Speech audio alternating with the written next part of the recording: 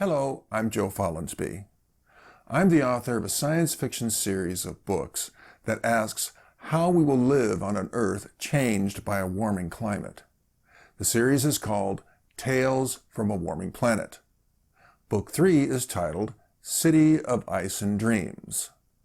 In a near-future Antarctica, damaged by climate change, a woman leads a ragtag group of refugees to find a lost city and a new life. I'd like to read the first 1,000 words of my novel to you. I hope you enjoy this excerpt.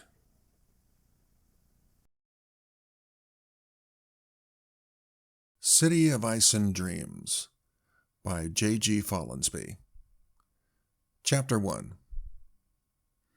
The repetitive shriek of the ferry's klaxon drowned out Sento's pounding on the cabin doors. She hammered 3 or 4 times on each before switching. "Everybody out! You have to get to the beach! The ship is sinking!" Frightened inmigrantes crowded the passageway. Hundreds of desperate black, brown, and white faces searched the armed woman's face for reassurance. She feigned a smile. "I'm scared I won't make it either. I'm more scared I won't get answers." Sento urged them toward the stairs and doors onto the deck.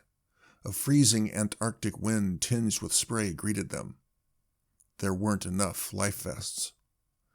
"The AI is still in control. Wait for the crew's instructions. They'll tell you what to do." Finished with the staterooms, she checked other spaces where she'd seen the group of pilgrims headed to Ethiopia. They hoped to find a new start. They packed themselves into closets, heads, corners under stairways. The ferry from Punta Arenas was overcrowded, but that was standard for smugglers of human beings, the coyotes. She sought out an old woman. Stray, tawny hairs drifted in front of her eyes. She flicked the hairs behind her right ear. Someone once said she had the face of Aphrodite, but the jaw of Hercules. Who said that to me? I wish I could remember. The ship owner admired her buff upper arms and shoulders.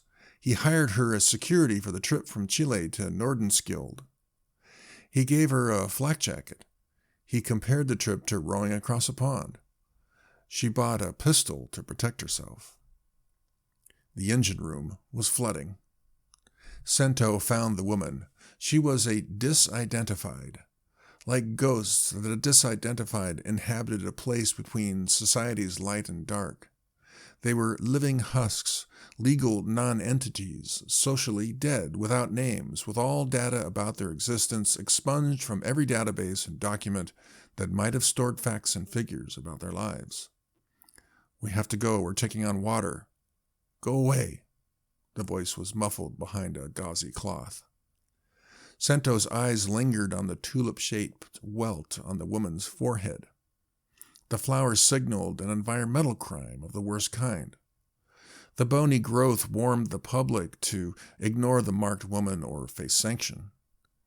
As if absently attacking an itch, Sento raised her fingers to her hairline, expecting to find a similar welt of disidentification. Nothing was on Sento's brow, but the younger woman thought there should be. Instinct as vague as the sundogs on the Antarctic sun suggested something similar had happened to her. In her case, the procedure was a failure or botched. She couldn't nail down her feeling. She removed a food pack from her pocket and lay it near the woman's bare, calloused foot. The ragged woman's shiny eyes stared at the meal. "They'll report you. They'll put you in jail." The Bureau of Environmental Security didn't always ignore illegal acts of compassion, but Sento wasn't worried.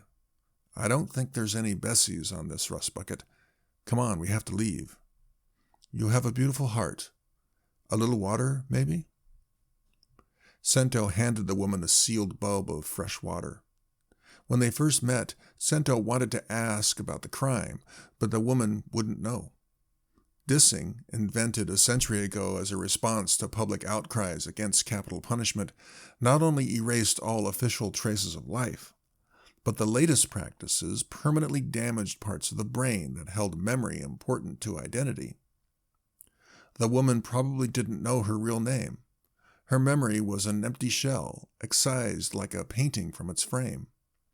Sento's memory was a frame with only a few flakes on the canvas, frustrating in its fragmentation. 23 months, 1 week, 5 days ago since I last knew my name or where I'm from. Was I dissed? Was I hurt? Or have I always been this way? She had 2 facts, the date she woke up in an operating room, and certainty as solid as the spine of the Andes that the answers to her identity were at the bottom of the world. If she did not find the answers, she was condemned to a life like the damaged creature on the Kildare's deck. The dissed woman tore open the water pouch with hands that belonged to a skeleton. Do you know why the ship has stopped? Engine failure. We're running out of time. Sento hadn't seen any crew since the order to abandon ship. They were frightened too. They paid her to keep the inmigrantes away from them.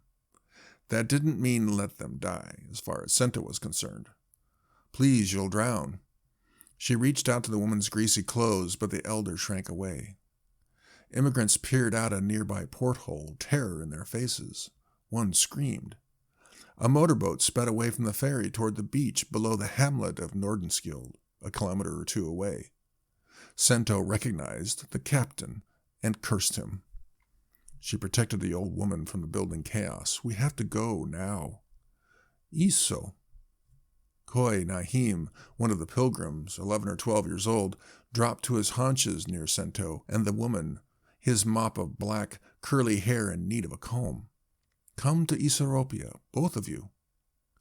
Sento first heard the name spoken by the pilgrims on the road south. It represented salvation. The word meant something different to Sento.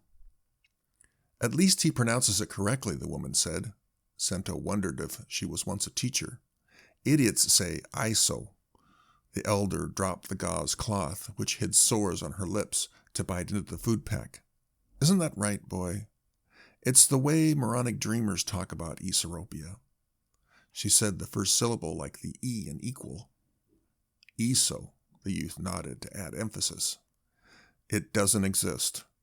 The woman relished the chewy food. She ignored the pandemonium. Think El Dorado or Eden or similar nonsense. The woman addressed Koi. Child, Isaropia is about as real as the €1,000,000 in my hip pocket. She rasped and dismissed Koi. Go back to your rat hole and dream your dreams.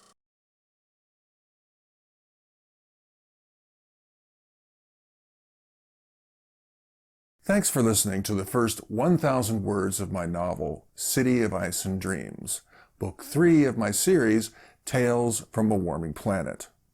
You'll find links to the book in the video caption. The book is available in print and electronic form on Amazon. Look for links to the other books in the series below, as well as more videos. Until next time.